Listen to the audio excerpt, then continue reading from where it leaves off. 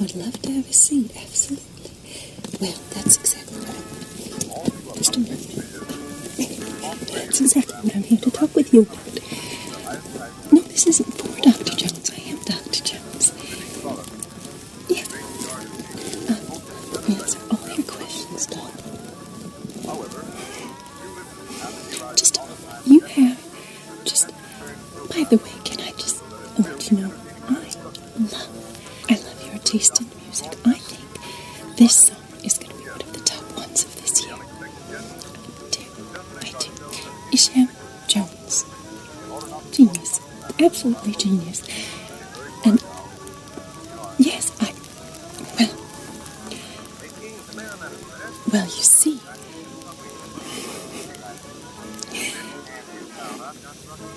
you have so many feelings, don't you? Just a minute. Yes, if you want to turn one of them on. I do like to listen to the radio and the record player at the same time. Well, I would if I had both a radio and a record player. It's the luxury, and you have such a beautiful home. In fact, I think this exact same arrangement I saw in the 1921, the catalog of this year. Absolutely. Now, absolutely, if you need to. No, it is. I'm Dr. Jones.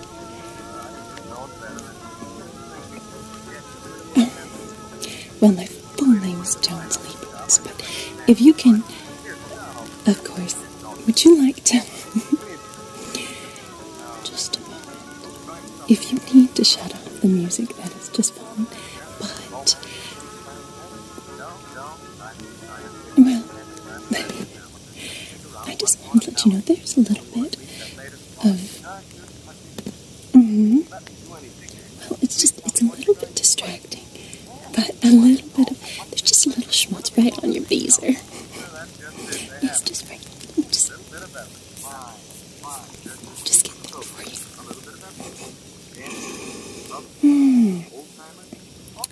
No, I don't mean to have you behind the 8 ball. No, absolutely not. It's my office that does the home visits. I'd keep looking up because it just seemed you were the one that wanted to check and see you haven't kind of an itchy scalp. I can look for that. I also, you left many, many messages. So we can also talk about, I think you were asking, you had some questions about liquor. For medical treatment. And I think you also were wondering, you mentioned your grandmother had the flu, but that was 4 years ago that she had the flu. And you were wondering how... you have so many feelings. Oh my goodness. We'll have to talk about that. Let's start one thing at a time. First, what are your questions? You mentioned you had questions about... Well, yes, as far as I know, I am a woman. I have been for... as long as I can remember. I did use the word schmutz, and I did use that last name, that's right. Yes, so it is true. No, but I'm not... Let me stop you just a moment. There's just a little bit of... Why don't I go ahead and start examining your scalp? And then we'll get to the other things, because it sounds like you're going to want an abdominal exam, maybe a full situation. I have some of the newest. Okay. Well, at least let me look at your scalp, right? Alright. So we can start on it. And I can answer that question. Yes. Let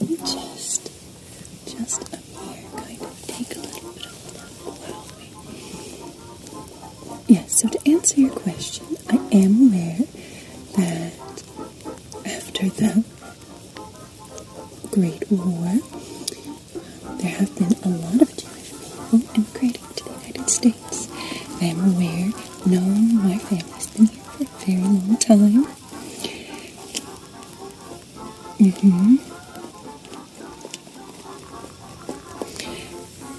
And, so you know Harvard President Lawrence Lau. Is that what he's been saying? Well, I've been out of medical school for a little while already. I didn't know that the Jewish students at Harvard College are going from 7% to 21%. Well, would you look at that? And Mr. Lowell thinks that's a problem. What do you think?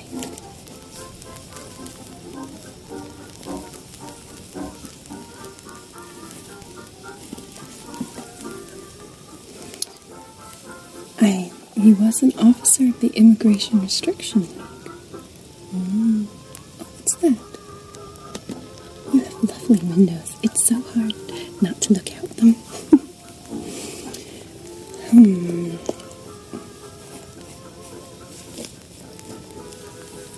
You think having too...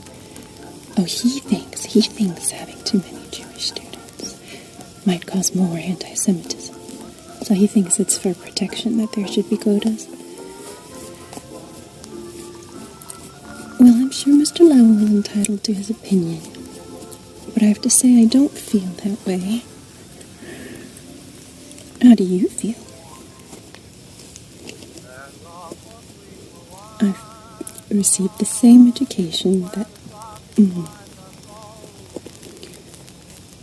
So he's recommending quotas for every college in the country?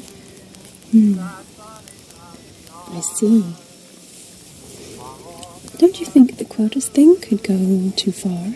And I could see it being used to limit all kinds of people and control.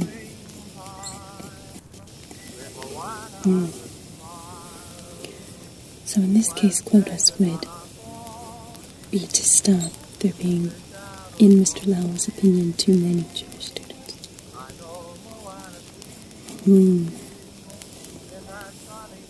I see. Well,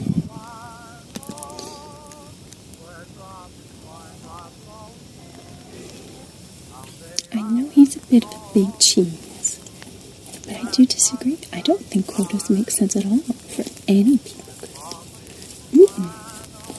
Shouldn't it be unmarried?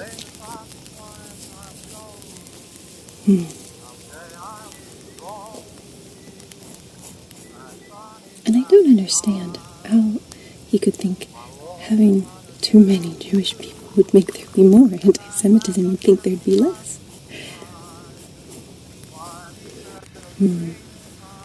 Oh, I bet that's the real reason. He's worried it's going to be too many. Not like many non-Jews won't want to go. Well, what do you think? Again, I know Mr. Lowell's a big genius, and I don't mean to blip off his opinions, but...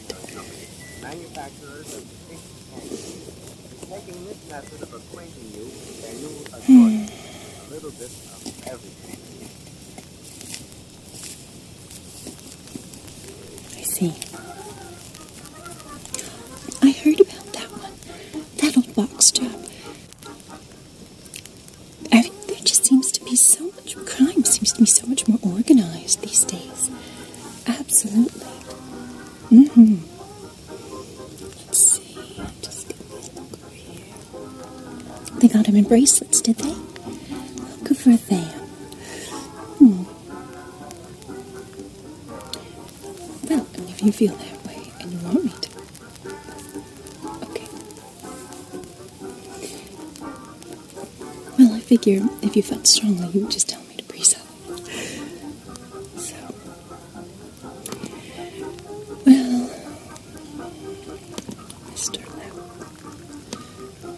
Hugh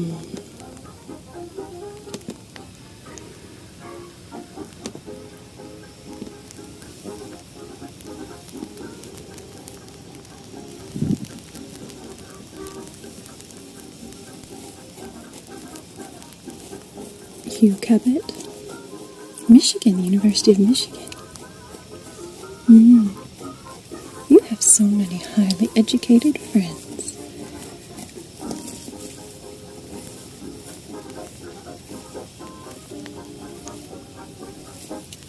He's worried his school's going to be overrun with undesirables.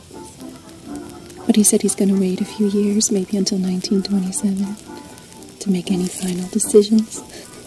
How gracious of him.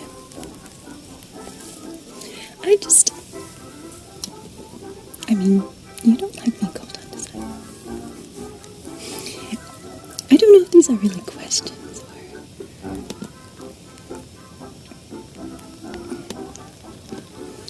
Well, I'll keep checking here. Yale. I didn't know that. Milton Charles Winternitz. I wonder where that name is from.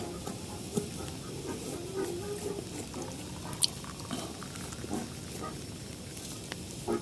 That's right. I heard he instructed his secretary to mark applications with an H for E and C for Catholic. Well, I also heard he said never admit more than 5 Jewish people. Of course, he didn't put it there. And only 2 Italian Catholics, and no black people at all.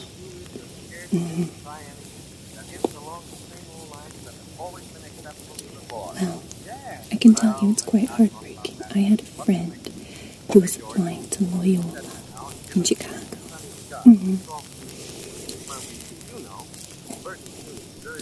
And the letter that was received back said, "I'm sorry to have to inform you. Your application for admission to the School of Medicine cannot be acted on favorably because the quota for Jewish students has been filled." So,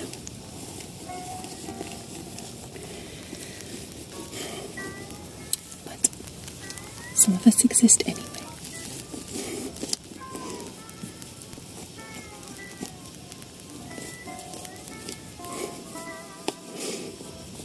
There is that stereotype that for Jewish men, all of their parents want them to become doctors, which is actually not true. I think many parents would be happy with a child who is a rabbi or a cantor.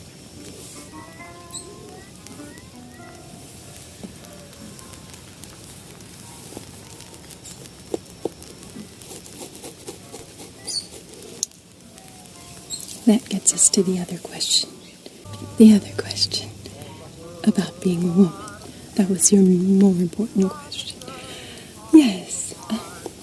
Well, there have been women doctors in the United States for a while, actually. It's just that some medical schools don't accept that. Internationally, too, you know.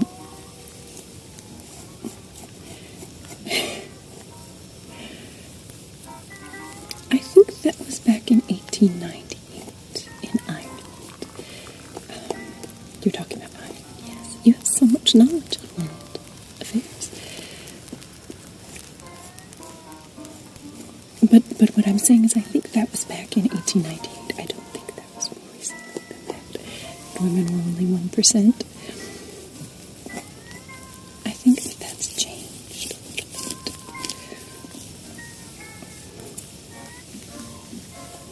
I'm aware that it is a good place to go for a woman who's looking for a place that's more likely to accept her. That's true. In fact, my understanding is most British female physicians are trained in Ireland. But that's not where I went to medical school. No, I went to an American school. Like I said, my family have been in the United States for decades and decades.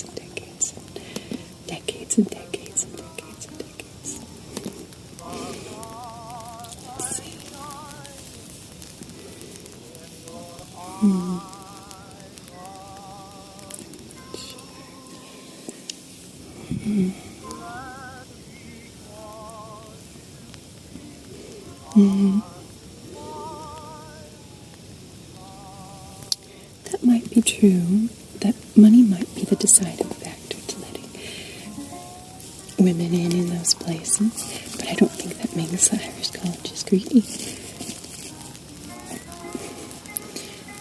I had a friend who went to medical school in Ireland, and she had a good experience. She didn't feel like she was only there to pad someone's pockets. Well, I think we're almost done looking here through. I'm just giving myself a little space again. Oh, that's right. He's a real Bruno. I saw the lovely little bucket you have parked outside. Oh, mine's a little old model. It's nothing special. Well, I appreciate that you didn't give me the bum's rush. I'm happy to be here. But where did I go? What the... Oh, I see. Oh. Certainly, if you want to turn off the radio and turn on some other music, Margie is one of my favorites, yes. I'd love to listen. You have so many feelings, you have a lot of thoughts too. That's fine. I don't mind the radio, though. I find it very relaxing. That's fine.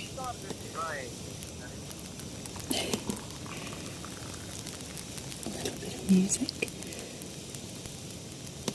It's Margie's by Eddie Cantor, right? I think it's just such a pleasant and lively song. I think so. I'll continue here.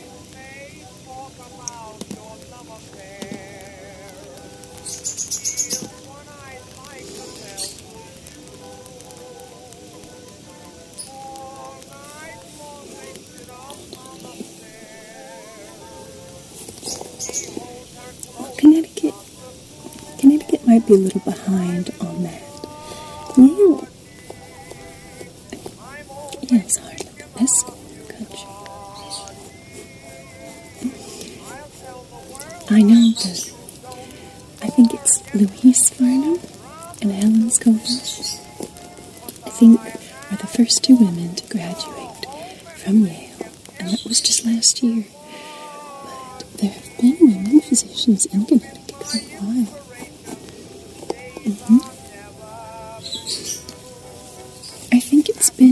I think before the Great War and since it's been necessary to have women, so I think it's become more accepted. There's also thought from some people that we can do maternalist medicine better, which is kind of like the idea that we all have a mothering role, and therefore some of us might make good physicians in our maternalist nature. I've heard that too.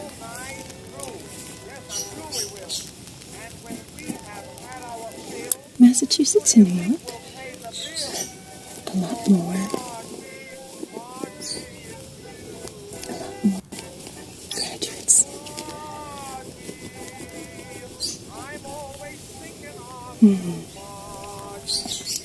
I know a poem about that, actually. I do. Just a little poem. Let's see. I think it's... Though all the world's a stage and we are acting, yet I still think your part is not dissecting. To me, the art of making apple tarts would suit you better than those horrid parts. In times to come, when Queen's at home you are, there'll be more rapture in the light guitar. Your knowledge of the frog should only be how they are cooked in France or making tea. And as for learning chemistry and that, 'twould be a nicer thing to trim out. I know your aims in medicine are true, but tell me, is there any need of you? Yes, that's what I've heard. I think it was published in 1902. It's a while ago. It was in St. Stephen's. It was the student magazine at the Catholic University in Dublin. It was an ode to the lady medicals. But it's a little tongue-in-cheek.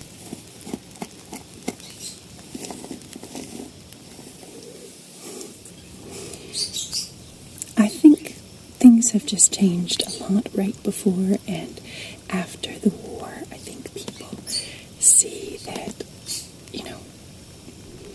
something's necessary.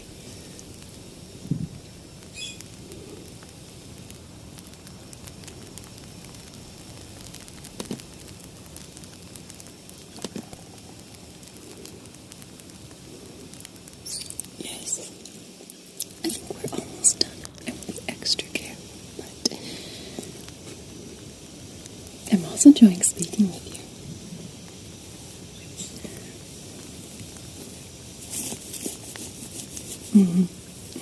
Are you Irish?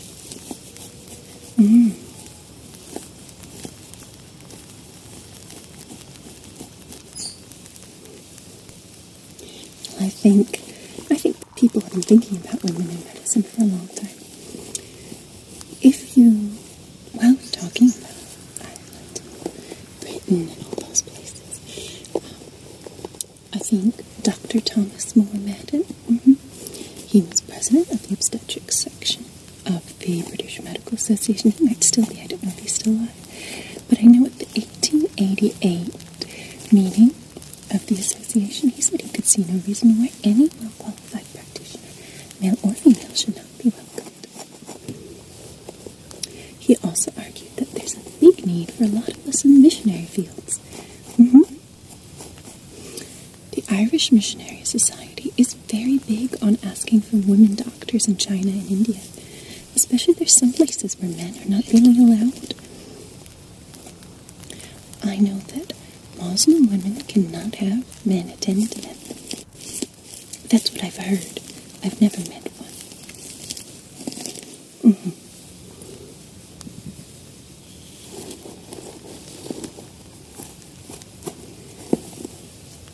I think we are about done here. I think it's good. So, I'm not sure if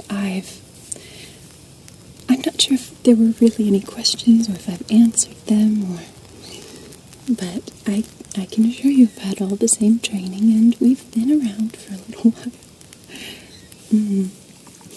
Absolutely.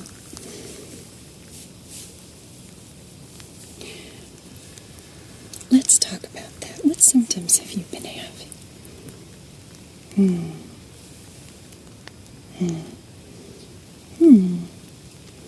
Let's see.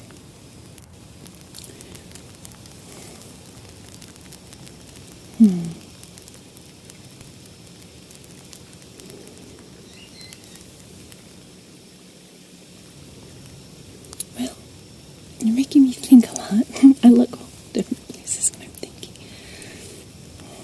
But Well, let me just look over here. I know I don't see anything here on the outside. Oh, cabbage? Don't worry about that. We can talk about that afterwards. Just the normal that you would have for your normal doctor.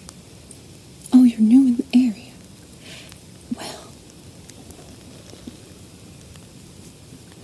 no. That would be quite enough. That'll be just fine.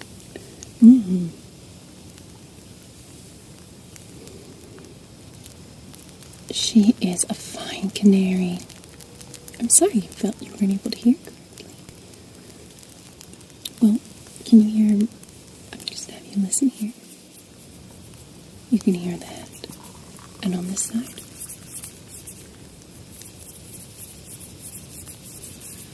All right. Okay.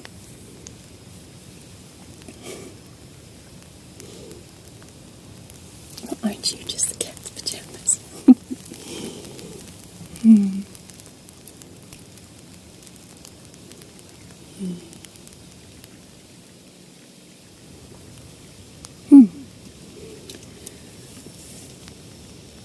So many worries. Well, what if? I see.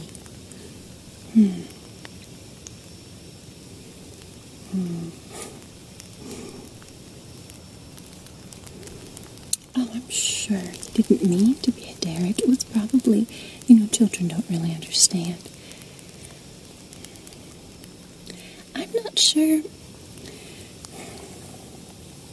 I know that he wrote the biggest child-rearing book of the day, but I'm not sure. And this might be the maternalist in me, but I just don't think having no emotion between parent and child is actually good for them. I know he says it is. I know he says you shouldn't hold your child as much, and you should try to limit feeding them for comfort, and you should try not to. But is holding your child really that bad? And then, is it really good for them to cry? I understand for sleep. A person needs their sleep, right?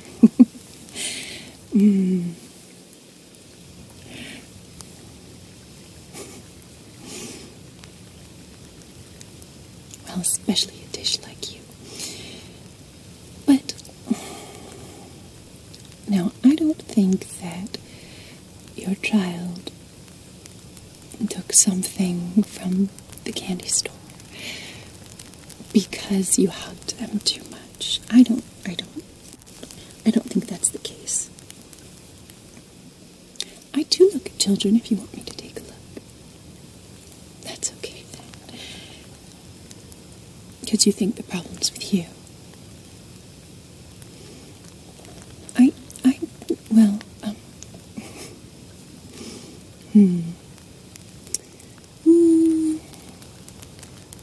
Well, isn't that just tolerable?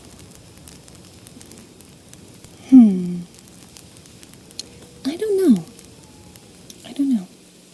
I don't think he's going to turn into a dip. I don't. It's not like he took dough now, is it, dear?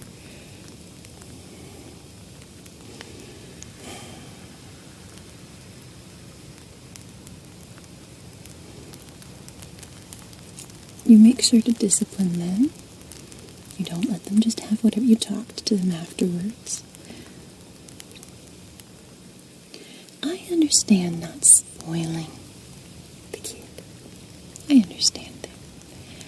But never hugging. I just don't agree with that. I don't agree with that. In fact, I think it's never hugging that makes some of these scary mobsters who can just drill someone without feeling, and some of these droppers, I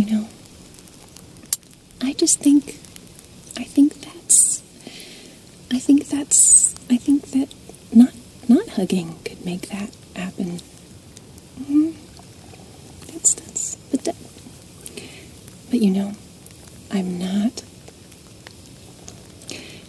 I haven't written a parenting book.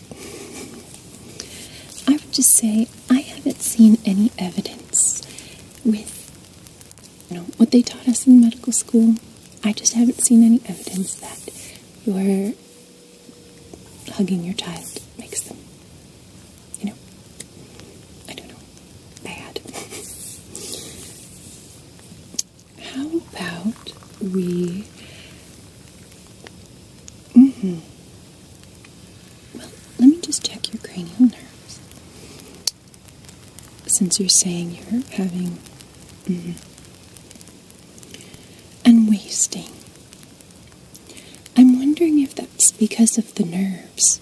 I don't mean your cranial nerves, I mean nerves. I'm not saying you have hysteria. I'm just saying, let's check first, and then we'll make our decision afterwards. Okay? Alright. First, can you follow my fingers?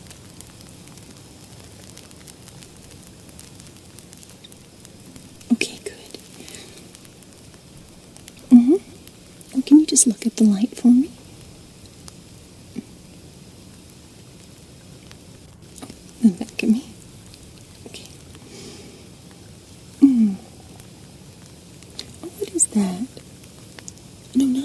behind you. Oh, you want the radio on again? I can go get it. Oh, you have everything organized so comfortably. Yeah, I'll wait. That's not a problem. Besides, I never saw such a mess as you've got right now. I feel like I'm time traveling this podcast. Are you sure this is this year's? Are you sure this broadcast is from this year?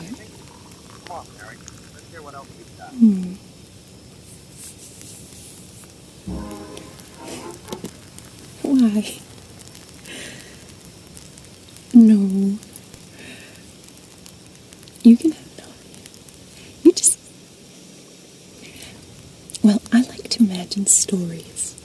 And this one almost sounds like it could come from the future. Maybe exactly 7 years in the future. I don't mean anything by that. Don't you worry a thing. Don't you worry a thing.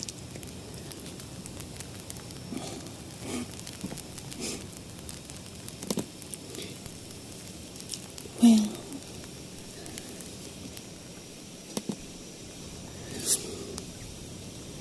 let's check first, and then we can talk about the alcohol thing. Is a conversation. Well, liquor has been used as medicine for a very long time now. All the liquors, and so the malt liquors, of course, are beer, ale, stout, and porter. I know. Well, I figured you might not know. Many ladies don't know. I can break them all down. Well, and ladies who do know might be considered lush, but I know for medical reasons. The wine is we call it professionally vinous liquor. And let's see, whiskey, gin, and brandy are spirituous liquors. And they've each been said to have their uses. And so there's kind of an argument right now between the wets and the dries when it comes to should prohibition extend to, well, to medical liquors. And there's a lot of different medical opinions about alcohol and using it as medicine or not. So, but maybe we should examine you a little more first before we make that call as to whether you even need it or even need to talk about it.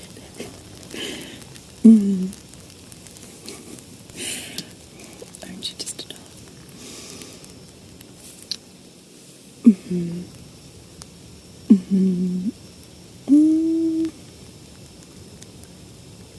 Okay.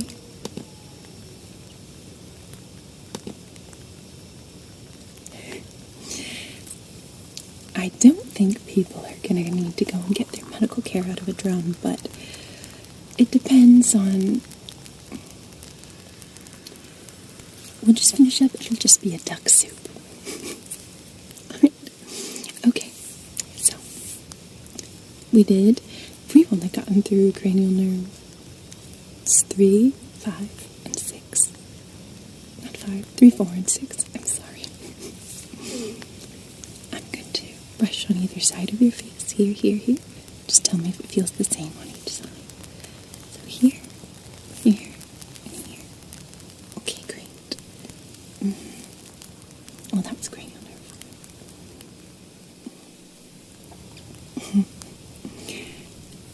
And we already did that one. Can I have you smile really big? And puff out your cheeks. And wrinkle your forehead. Well, like you were just... I suppose.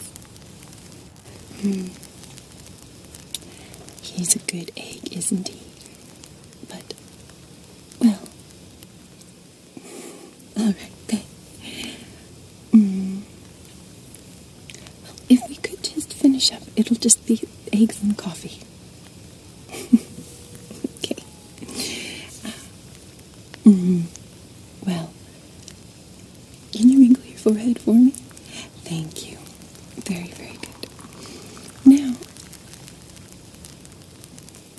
You're almost making me dizzy. Just a moment. And the elephant ears got it.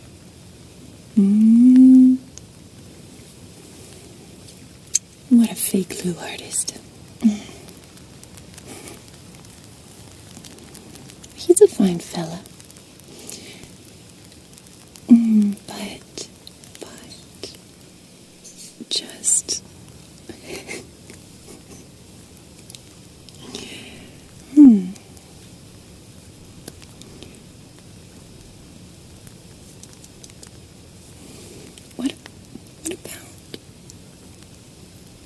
What about if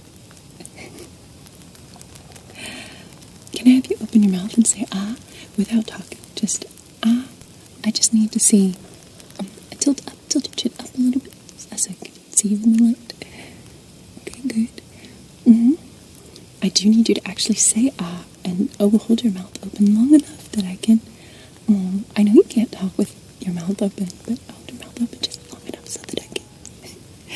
I just need you to say ah, because I need to see the palate, the top of your mouth, move up equally. I'm sure it does. You've demonstrated to me that it probably does, but I should still check. Hold up and ah. Okay, great. Then you move your tongue from side to side, just like this. Not the way you're currently moving it, but down side to side. Alrighty. Can I have you just shrug your shoulders for me? I'm going to put my hands on your shoulders. Right? Shrug. Great. Let's see. You got me all confused now. That was 3, 4, 5, 6. We did 7, 8, 9, 10, 11, and 12. Can I have you grab my fingers? Squeeze them as hard as you can. There's a good dog. Alright, can you do this? And then this. Lovely. Can you flap your feet for me? Now I'd like you to take your ankle and run it from your knee to your ankle. Just like this. You do it. And the other one too. Good. Good. Well, that does sound like a terrible flim-flam. Oh yes, it's a flivver. Excuse me. But you have me all dizzy. If you wanted to turn it off, that would be fine. I would be okay with that.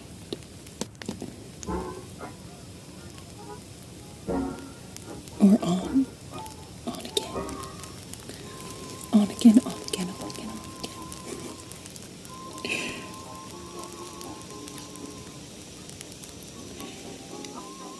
It is a good part. What if we did have it off? Just for a little bit, and then we can talk. Okay. That sounds good to me. I do like the Wabash Blues. But I wanted to talk to you a little bit more. Kind of understand what exactly were you looking for. I can take a look. Yes. You think I should look at your scalp again? I promise you, I did look very thoroughly. Again, though, it helps you feel calm. Well, we could certainly use some of that. I'll look again. It's not just because I'm a woman that you're making me look again, is it? Okay. I will look again.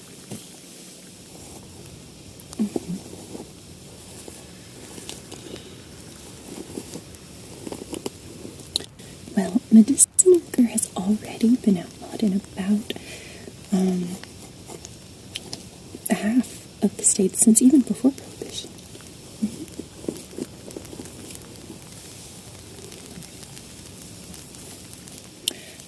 whiskey and brandy were taken out of the United States pharmacopoeia all the way back in 1850.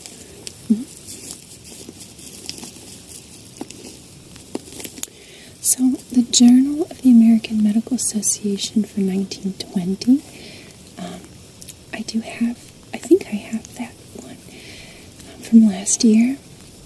I miss some every now and then, and I collect them and I have to go back to them. But I remember reading an article from someone who, said that you need to be careful not to let the liquors come back to the pharmacopoeia in the next edition, because it might cause a political landslide into the wet abyss.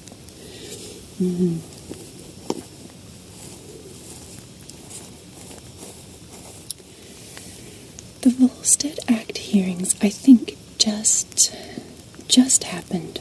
I think that's. Oh, I see. You have senator friends too. Oh, I see. Aren't you?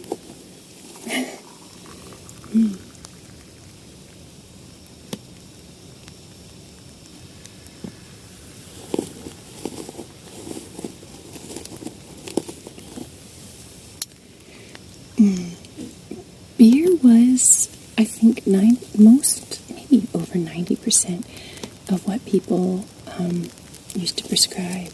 Yes.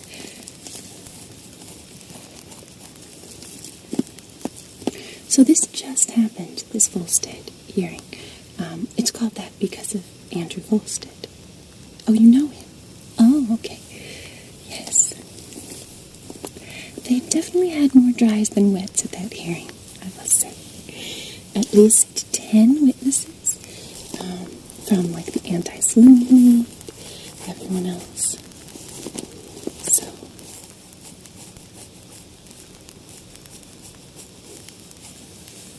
there were statements by numerous doctors, though, asking that the medicinal use of malt liquor be prohibited. So that helped.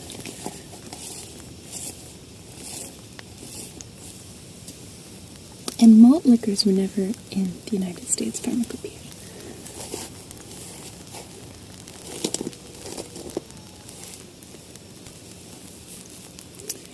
So, for a long time, they have used beer for nursing mothers.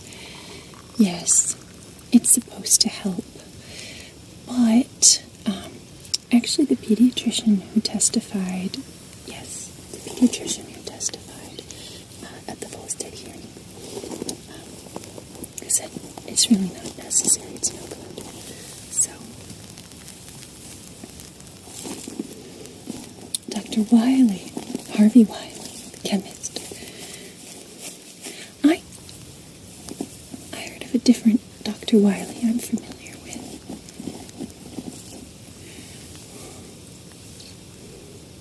Kind of mega. Man. Oh, yes. Dr. Wiley thinks reputable authorities don't. Because I did read the testimony. You and I are very similar. Like to read a lot.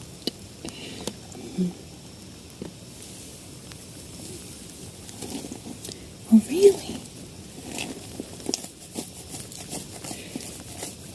Anheuser-Busch, or Anheuser, I'm not sure how to say it, was the largest producer of beer in the world.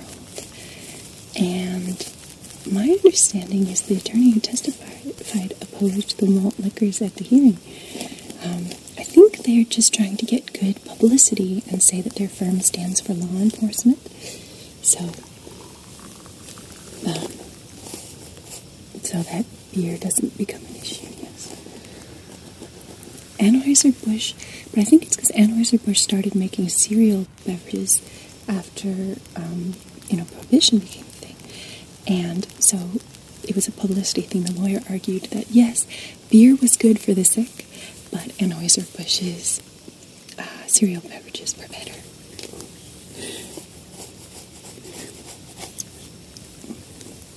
And he felt that if the patient really needs alcohol, the physician can prescribe it. So,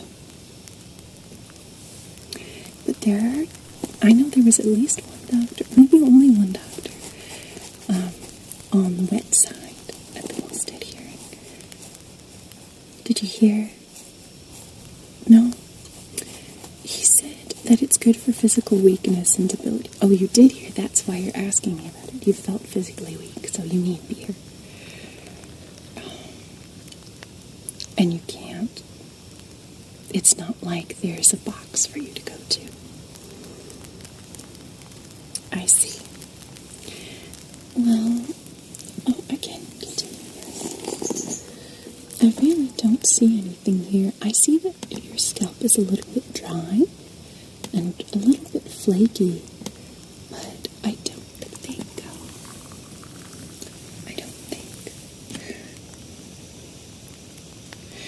I think the problem is the American medical.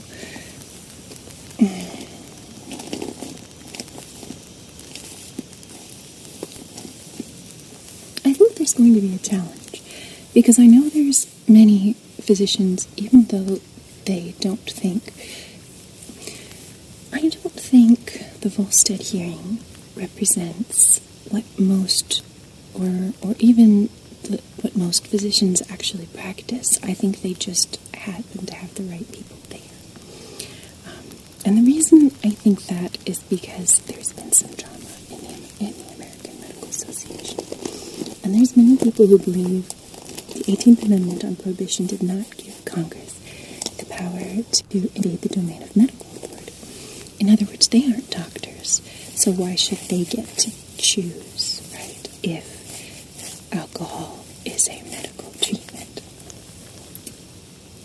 I, for one, know one proven use, and that is somebody with wood alcohol poisoning, ethyl alcohol. Not one of the malt liquors, other ones, but ethyl alcohol.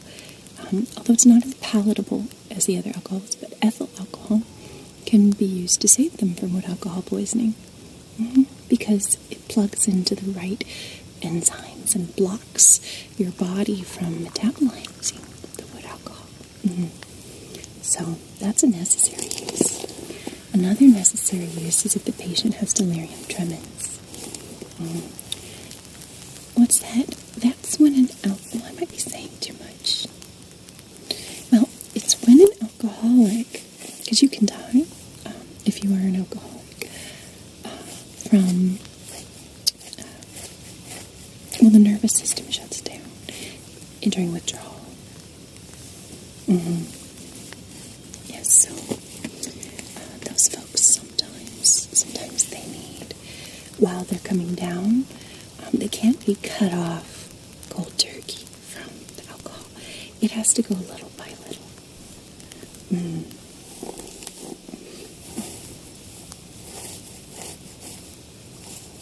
And so sometimes when you're hospitalized, an alcoholic, or you're putting them in a sobriety center and through sobriety program, you have to make sure they have a regular supply of alcohol. Yes.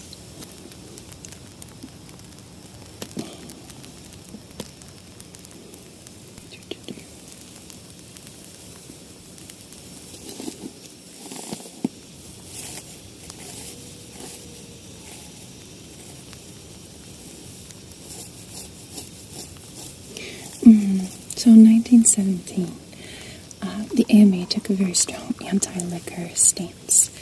That was right before the pandemic. Yes, that was the other thing you wanted to ask about. Oh, about alcohol protecting from the flu. Oh, I see. Well, alcohol has been used to treat influenza. I don't think that it works very well. And the reason I think that is because there was a study on mice. I can't remember what year.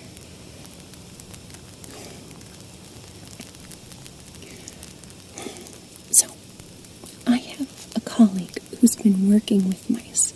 I guess it's not published yet. But they've been working on this mice experiment. And they've been giving some of the mice all the mice have infections, and they've been giving some of the mice alcohol and some not, and the alcohol mice die quicker. So I actually don't think, I know a lot of doctors still believe that alcohol is good for, well, for things like influenza, like strengthening the blood, because it's antiseptic in the blood. So the idea is you want your blood to be, because alcohol does kill bacteria on surfaces, so why wouldn't it do it in the blood? But it doesn't seem to do that. It seems it actually weakens the body.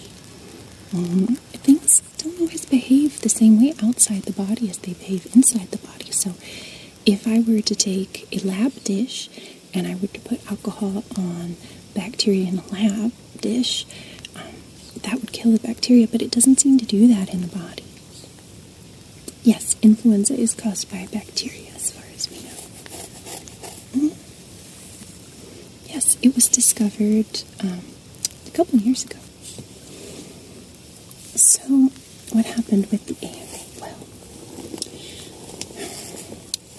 there was an editorial that pointed out that only 29% of the physicians who could prescribe liquor were prescribing liquor and bothering to take out licenses. The idea was, well, then the other 71% must not think it's medically necessary. But there was an actual poll, and some of us feel that the way the poll was taken was a little bit unfair. So doctors were asked whether we consider whiskey, beer, and wine necessary, right?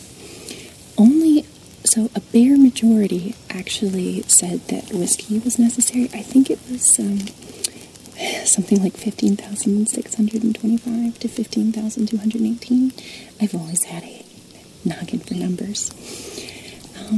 And 32% thought wine was necessary. Well, 26% put beer in that category. But I think the results will be published next year. Like I said, I have my ear to the ground, so I know about the drama before it goes down when it comes to the medical society.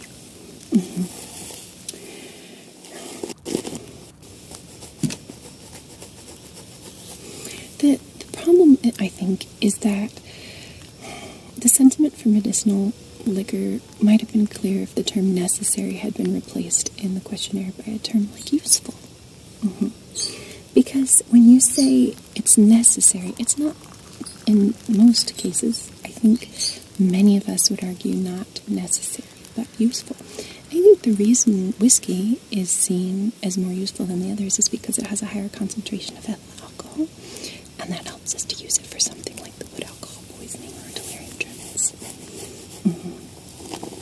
So, yes, but I don't think it's good for infections. I don't think it's good for, I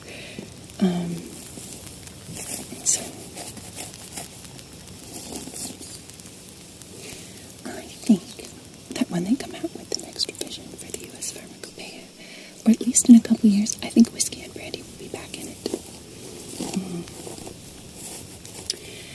So I've heard doctors argue that prohibition puts a tax on the sick by making people get an expensive doctor's prescription in order to get a needed medicine, as I think you're trying to do. Yes. Let me just take a look here.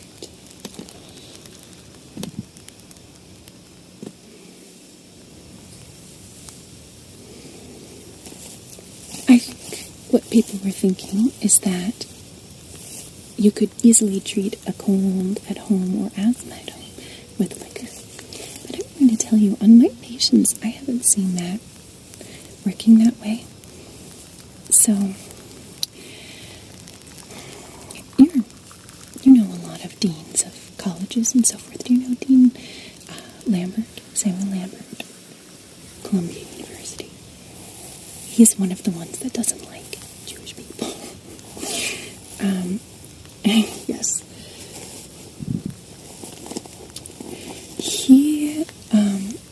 One thing he's been doing that I think is good is he's been trying. I don't think it's going to be formed yet, but probably very soon. He wants to, I think he's going to get together some New York City physicians and create an organization. I had heard, right on the street, that he's working on creating something like the Medical Association for Protection of Constitutional Rights. And the idea is to make sure that physicians,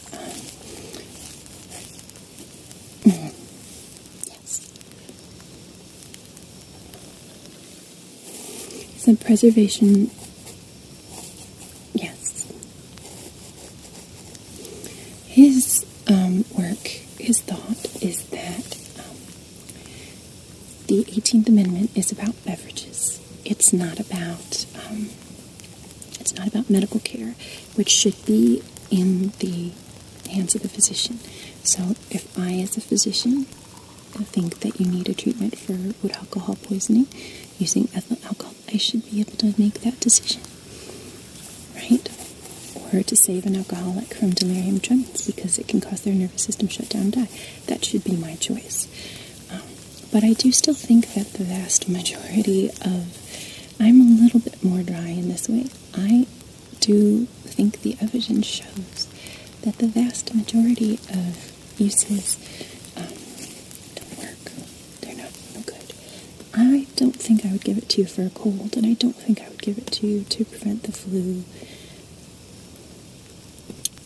I see.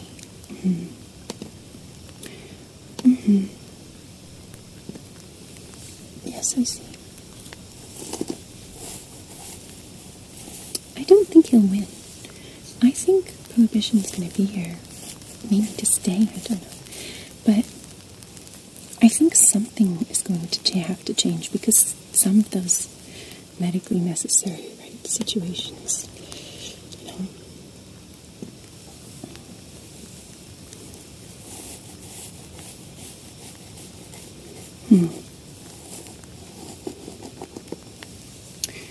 Justice Sutherland, he might be pro.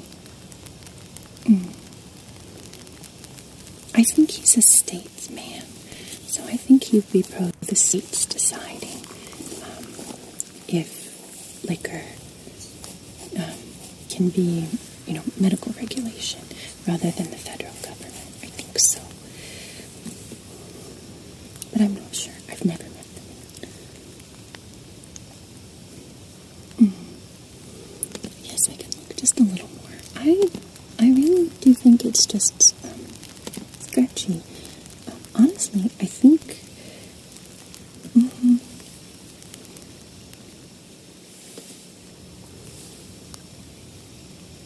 I think so. That I can give you. I can definitely give you that for your scalp. Yes. I can look a little more if that's necessary. Okay.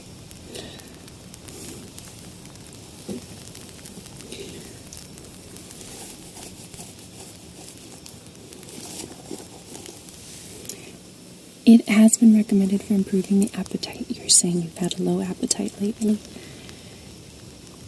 You're too young to be having senile decay. But yes, it's been used for that too.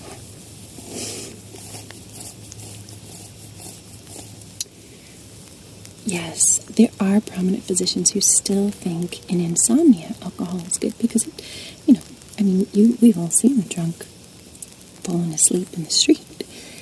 But here's the problem. I've noticed that they wake up earlier if you use alcohol. Alcohol is what we call CNS depressant. Puts the whole nervous system down, just your brain and everything. And so when it wears off, 4 to 6 hours later, I think the body didn't put itself to sleep naturally. I think that's why. I don't really know. I think no one knows right now. But what I do know is you wake up much earlier when you've gone to sleep with alcohol. And with much less good sleep, a kind of weird, woozy feeling than if you had, than if you had gone to sleep with a normal way. So I don't think it's good for insomnia. In fact, I think it makes it worse, because then you have to take it all the time and you don't feel good. So I really think a calming tea is better. Something like a chamomile that doesn't have alcohol in it. Lavender flowers. Lavender flowers can be very good. Now, if you have a blend between something like lavender and the tea plant might wake you up. So I would get that early afternoon, as long as you're not allergic to any of that. I would get early afternoon, maybe 2 or 3 o'clock, when things are stressful with the children. And I would get yourself some lavender tea with the lavender and take that in, and that can help make things a little bit calmer. I had a friend who was an herbalist, and you could also try at night some valerian root. That might do. If you have lavender with no tea in it, just the lavender, which I've not seen anywhere. You have a friend who grows them.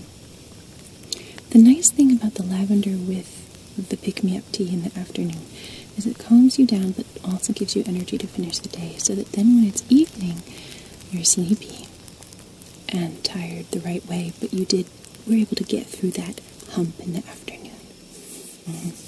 So, I like the lavender with the tea.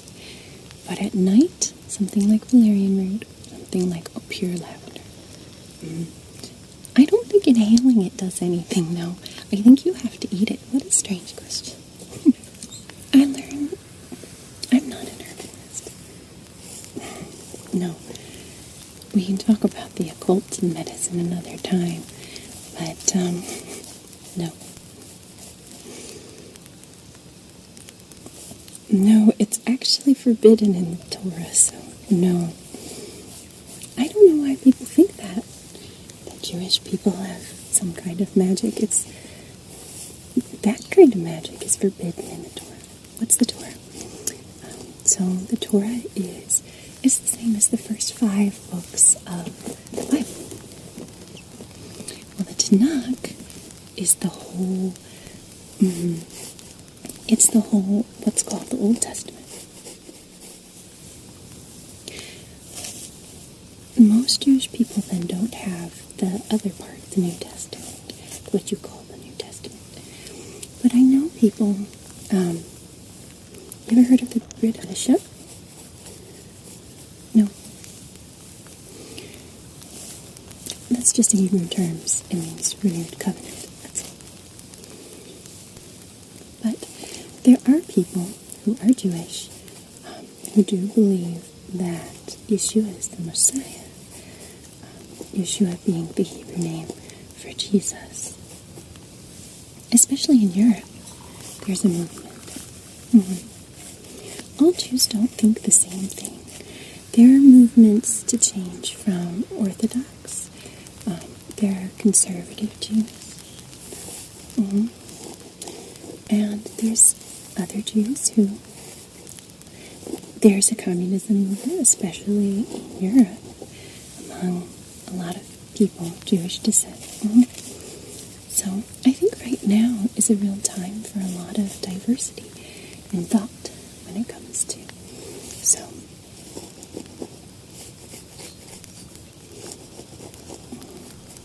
a lot of musicians, a lot of composers.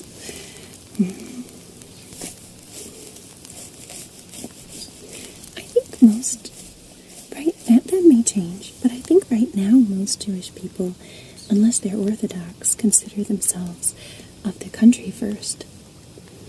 I think most German Jews consider themselves German first right now. I know my parents consider themselves very American.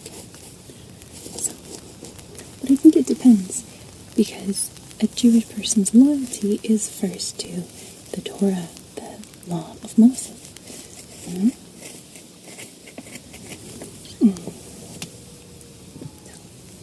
Or in the case of like those that I was mentioning, I had a friend who he called himself a completed Jew because he said that there was nothing more Jewish for him than to have Yeshua as his Messiah. He did say that he was Dutch. But, that's not a very popular opinion. I think it very much depends where you are and who you are. But, so that's what I was saying. That section would be called the Brit Hadasha.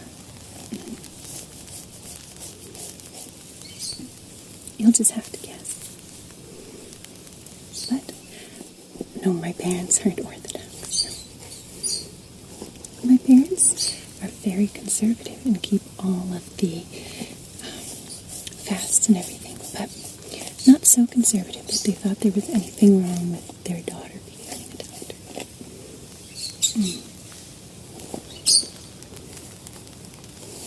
There are some folks who are poor.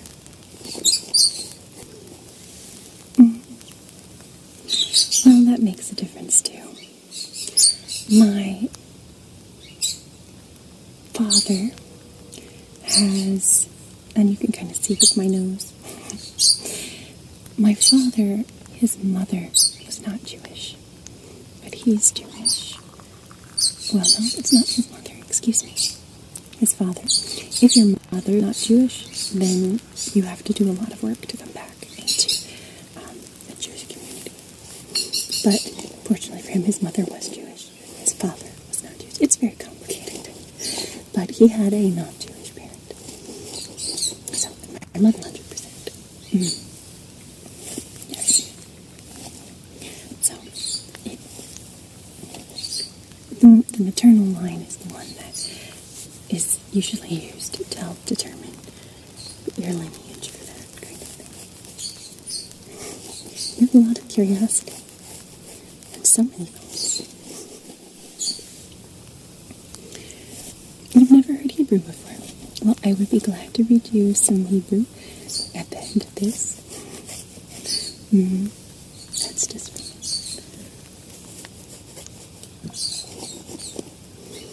I think some of the best musicians in the world are Jewish, but that's just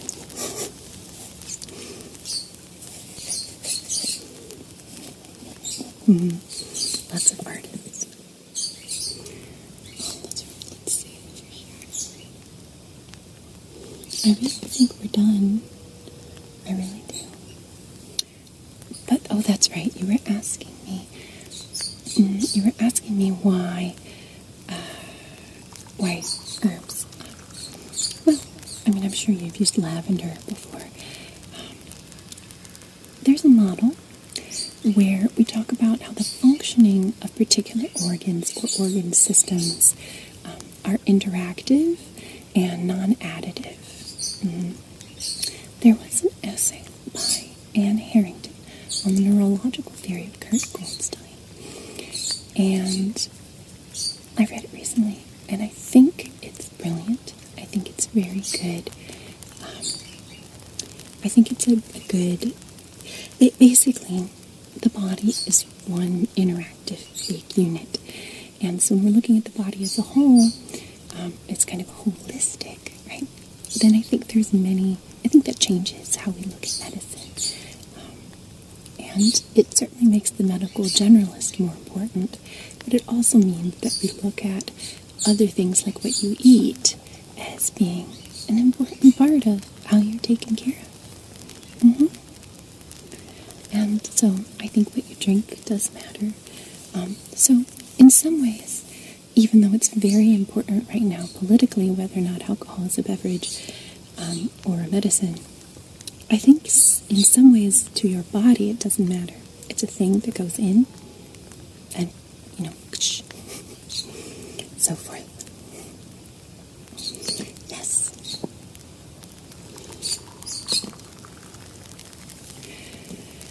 I'm aware. I was practicing during the pandemic. It was terrible. 500 million infections worldwide, as many as 50 million deaths. I think it dropped the life expectancy around the whole world by several years, and more people died from the flu pandemic than from the Great War. It was terrible. It was absolutely terrible, and we still don't have a vaccine for it. We have vaccines for, other things like diphtheria. That's changed a lot of lives.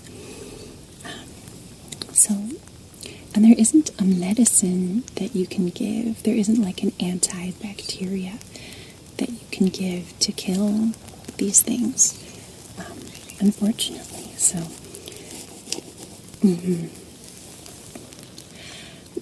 if you got the flu, what would we do? Well, do you have any reason to think, no, you just wanted to have an alcohol prescription in case you do get the flu because somebody died several years ago from the flu in your family? I see. Okay. I can understand that, yes. So, let's see. If you got the flu, what I would recommend and what we would really do, I think the open-air hospitals have had the best results. Patients survived better at the open-air hospitals than in the closed units. In fact, the more people were closed into a unit, the more people died. I think it's strange because usually you would think bacteria is too heavy to float in the air and everything, but there is something with the open air that just seems to push them away. Good nutrition, remember the holism, gentle exercise, blankets, hydration, warm water bottles so that you aren't cold. I worked at an open-air hospital during the pandemic, and it was very cold because it was open air and it was cold. But none of the patients were cold because, of course, they had fevers, but also because the water bottles. Our nurses kept them very warm. People were always asking me if I was a nurse. Yes, I didn't enjoy that. And one of the most important things for any kind of pandemic is, what worked in the flu pandemic was banning gatherings. We were very careful so lots of mouthwash and gargle to get the bacteria out of the patient twice daily. And silver nitrate. There is an ointment called Argurol. It's hard to pronounce. I never could pronounce it right in all my time at that hospital. It comes from the chemical symbol on the periodic table for silver. But that is put in the nose. It actually was to prevent ear infection. So the idea was to get as much bacteria off the patient as possible, and then anyone in contact had to wear a face mask, and we made ours with 5 layers of gauze on a wire frame that covered the nose and mouth.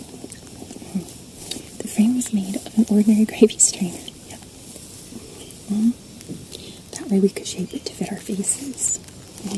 And that kept the gauze filter from touching the nostrils or mouth.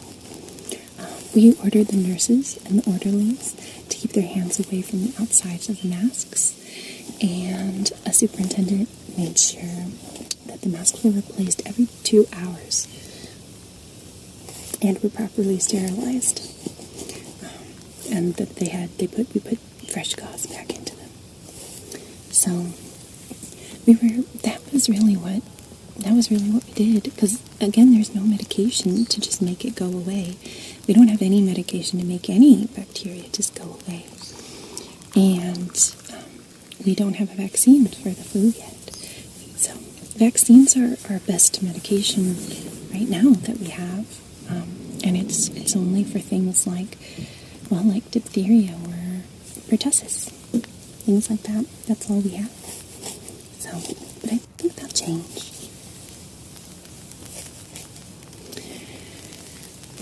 I have the 1920 January medical if I have enjoyed talking with you, and if we did want to sit and gossip at some point, since you are so fascinated with all these things, I could bring my medical journal over.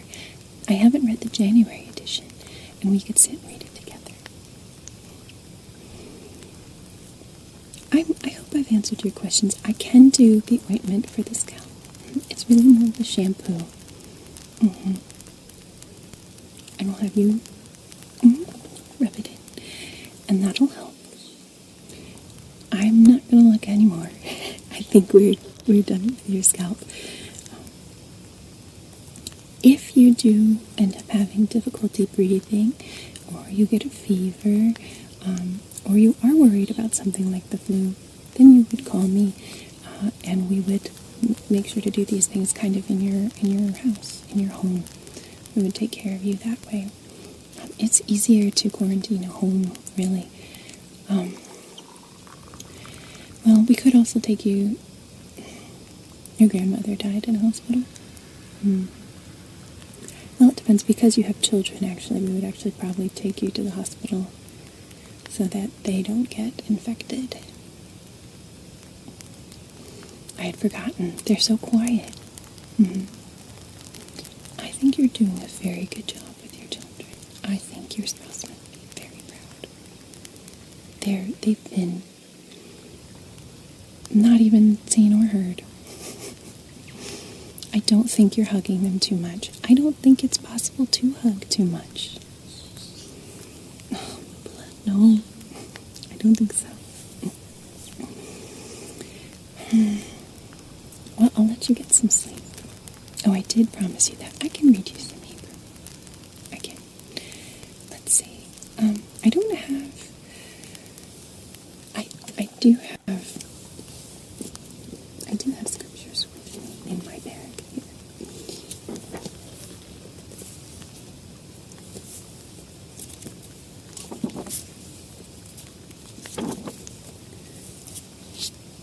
Let's see. Well, let me just check here.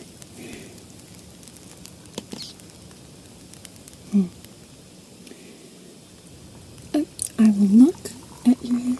I won't do...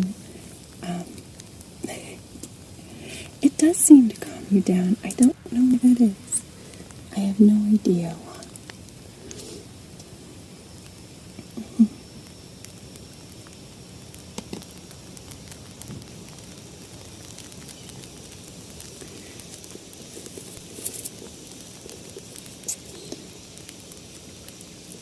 This is a passage about the Mashiach.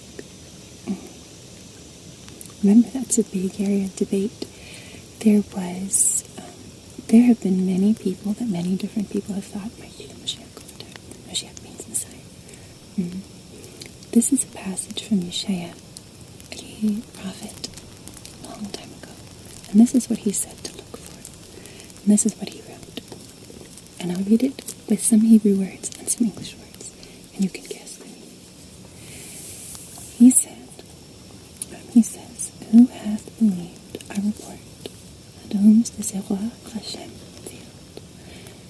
For he shall grow up before him as a tender plant, and as a shortlish out of dry ground. He had no form nor comeliness, and when we shall see him, there's no beauty that we should desire him. He is despised from Chadai Ishim, a man of sorrows, acquainted with suffering, and we hid, as it were, our faces from him. He was despised, and we esteemed him not. Surely he hath borne our sufferings, and Nasa our sorrows. Yet we did esteem him stricken, smitten of Hashem, and afflicted. But he was pierced for our patience. He was bruised. Me Avotonein. Excuse me.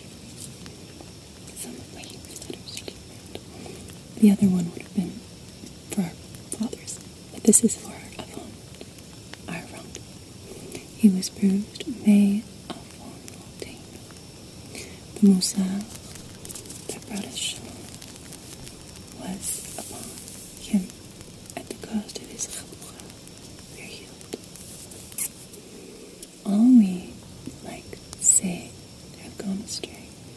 we have turned every one to his own derek, and Hashem hath laid on him the avon of us all. He was oppressed, and he was afflicted, yet he opened not his mouth. He is brought as a sale to the slaughter, and as a sheep before her shearers is dumb, so he openeth not his mouth. He was taken from prison and from judgment, and who of his generation declared, for he was cut off out of Eretz, Chayim, Mipesha Ami, Mega Namo. And he made his Kiveh the Rashayim, and with the Oyeshes, because he had done no Hamas, neither was any Mirma in his mouth. Yet it pleased Hashem to bruise him. He hath put him to suffering, when thou shalt make his nefesh and asham, offering for sin. He shall see Zerah. He shall prolong his yamim, and the chayvetz Hashem shall prosper in his hand. He shall see travail of his nefesh, and shall be satisfied by knowledge of him. Shall tzaddik avdi justify many, for he shall bear their avon. Therefore will I divide him a portion with the great, and he shall divide the spoil with the strong, because he hath poured out his nefesh unto Mavet, and he was numbered with the transgressors, and he nasa the sin of many, and made intercession for the transgressors. It always makes me think of Yom Kippur, this passage.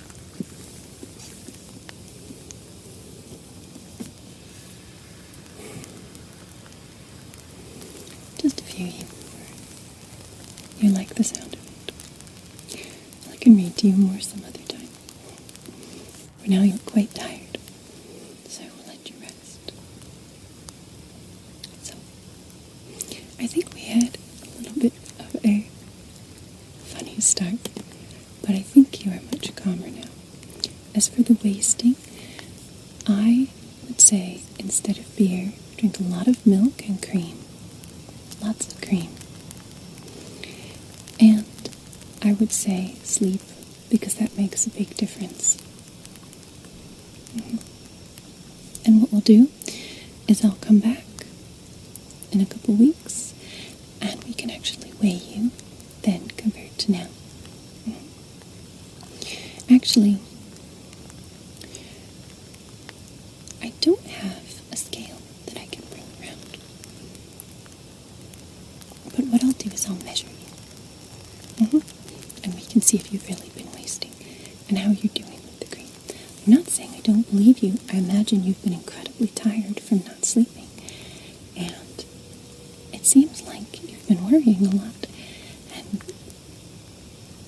the faster you move, the more energy you burn.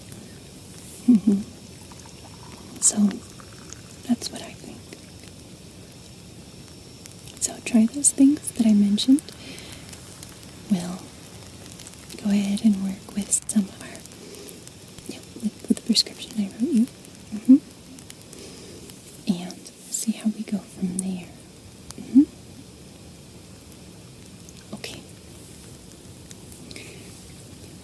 Well, I never liked that slang term, a frail, because frail means weak. I'm not a frail. I'm a Dane. And so are you. Alrighty. I hope you have a wonderful evening. Paid for by patrons. If this helped you, help someone else. There's a list of causes at becominghero.ninja, and if you need more help or you just want some bonus gifts, please check out all the cool links in the description for mental health resources or free science fiction. Dream well, travelers. Doesn't have your downtown pay. I should have known better than to think you would forget your pitiful attempts at school. If you really put your mind on this job, I guess I can stand your fight. Here, sit down over here so we can get going. All right. Give me a few. Now,